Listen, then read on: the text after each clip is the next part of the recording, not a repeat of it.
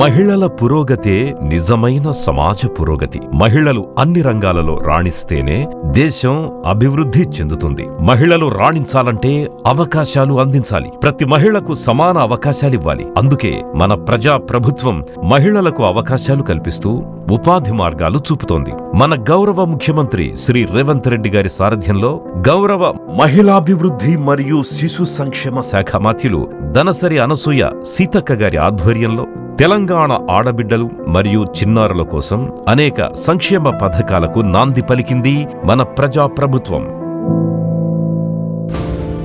మహిళల సాధికారత, ఆర్థిక స్వావలంబన, హక్కుల రక్షణ, సామాజిక ఆర్థిక పురోగతి, స్వయం ఉపాధి కోసం నిరంతరం కృషి చేస్తోంది. అమ్మ మాట, అంగన్వాడీ బాట. ఇప్పుడు అంగన్వాడీ కేంద్రాలు సకల సౌకర్యాలతో, ఆధునిక హంగులతో ప్రైవేటు స్కూళ్లకి దీటుగా ప్రీ ప్రైమరీ పాఠశాలలు రూపుదిద్దుకున్నాయి.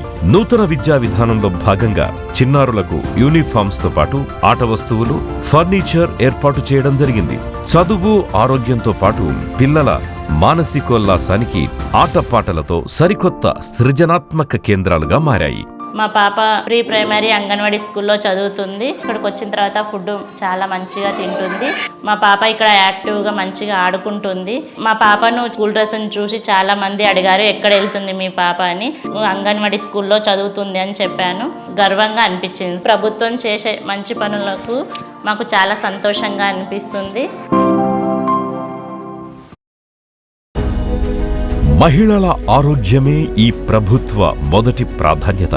గర్భిణీ స్త్రీలు, బాలింతలు సౌకర్యంగా భోజనం చేయడానికి వీలుగా బెంచీలను ఏర్పాటు చేస్తోంది మన ప్రజా ప్రభుత్వం. ఇంతకుముందు నేలపై కూర్చొని తినడానికి ఇబ్బందిగా ఉండేది. ఇప్పుడు టేబుల్ రావడంతో మాకు గౌరవంగా కూడా ఉంది, సౌకర్యం కలిగింది. మహిళలు, చిన్నారుల్లో పోషకాహార లోపాలు నివారించడానికి సంపూర్ణ ఆరోగ్యం కోసం పౌష్టికాహారాన్ని అందిస్తోంది. గ్రామీణ మహిళల ఆరోగ్యం కోసం పోషణ ఆరోగ్య జాతర కార్యక్రమాన్ని నిర్వహిస్తున్నారు. గ్రామ ఆరోగ్య పారిశుద్ధ్య పోషణ దినోత్సవాల ద్వారా కుటుంబాలకు అవగాహనను కలిగిస్తున్నారు. తెలంగాణ రాష్ట్రాభివృద్ధిలో మహిళల పాత్ర చాలా ముఖ్యం.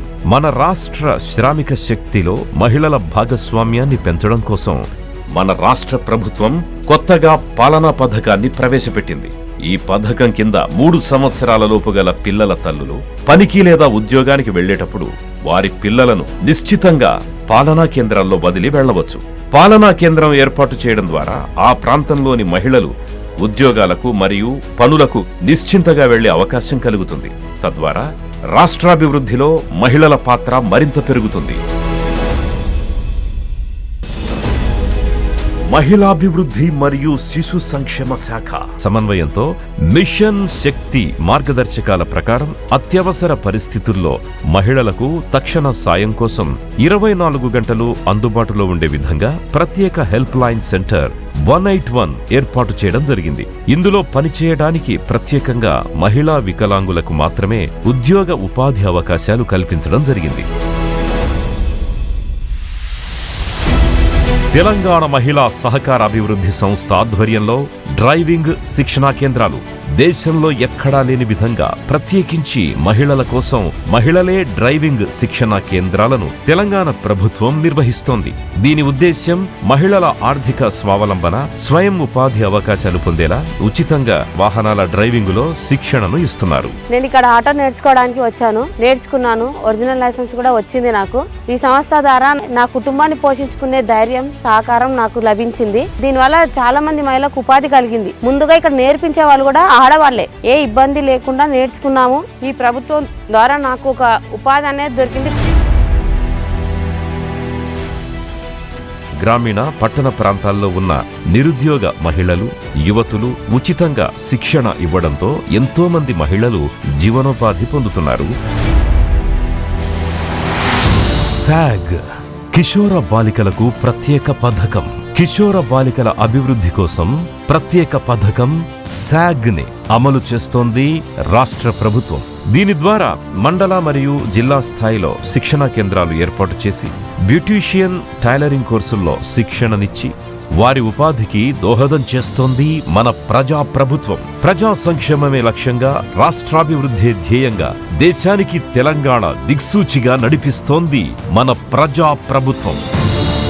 తెలంగాణ ఆడబిడ్డలకు అందరికీ మహిళా దినోత్సవ శుభాకాంక్షలు. ప్రగతి పథం, సకల జనహితం, మన ప్రజా ప్రభుత్వం.